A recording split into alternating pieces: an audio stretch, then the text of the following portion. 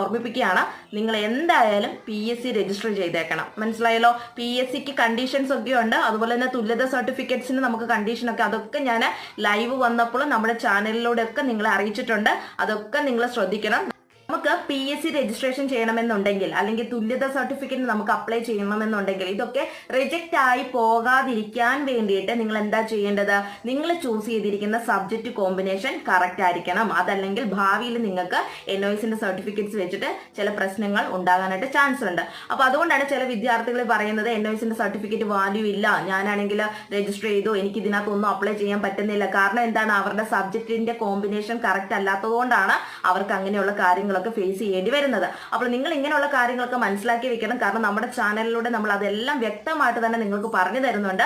എന്നിട്ടും ചില വിദ്യാർത്ഥികൾ ചില സ്ഥാപനങ്ങളിലൊക്കെ ജോയിൻ ചെയ്യുന്നവരും അല്ലെങ്കിൽ സെൽഫായിട്ടൊക്കെ ചെയ്യുന്നവർക്കൊക്കെ ഇതുപോലുള്ള അബദ്ധങ്ങൾ പറ്റാറുണ്ട്. അപ്പോൾ ഇനിയും